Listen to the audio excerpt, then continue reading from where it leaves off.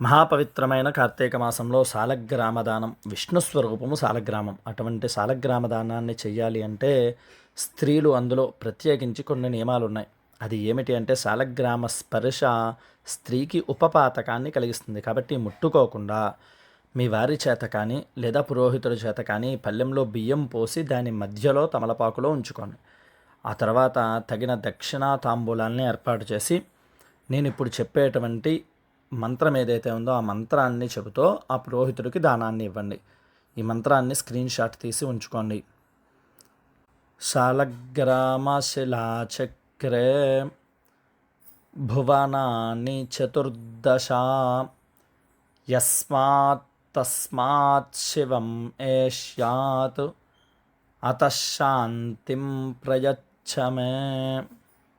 ఆ పురోహితుడి చేతిలో ఉంచి మహావిష్ణు ప్రీత్యర్థం సాలగ్రామదానం తుభ్యమహం సంప్రదతే, చివరిలో నమమ అనుకోండి, అంటే ఇక నాది కాదు అని.